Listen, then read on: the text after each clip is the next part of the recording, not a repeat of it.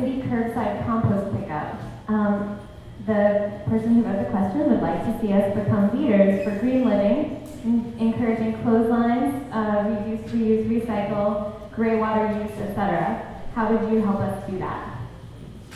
Thank you, that's an excellent question. I will say that I've already advocated to the Department of Sanitation that Greenpoint be added to the pilot program. The pilot program right now for curbside compost pickup is actually very small. In Brooklyn, it's in Windsor Terrace. It's a small part of the pilot program.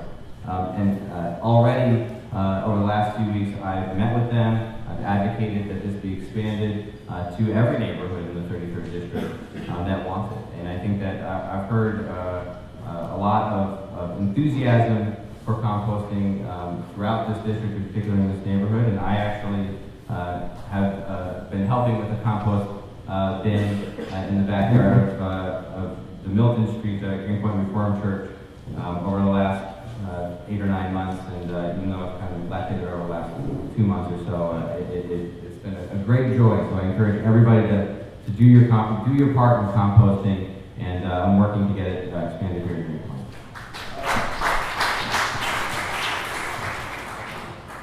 Let me just focus on one issue because we have limited time here.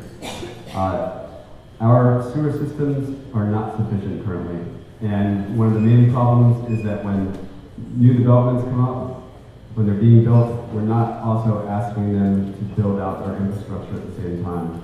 If you look at the condos that line Bayard Street south of McCarran Park, these are not huge. They're only 10 to 15 stories, and yet I've talked to residents of Bayard Street and the surrounding areas, and they've said, people who have lived there for 20, 25 years, that whenever there's a major rainstorm now, after these condos were built, their basements now flood, costing them thousands of dollars in damage. We need to make our developers build out infrastructure. We need to make them incorporate innovations like blue roofs and green roofs, things that trap our water and prevent sewage overflow. We also need to incorporate bioswales into our street designs. We need to do everything possible to keep our sewers from overflowing.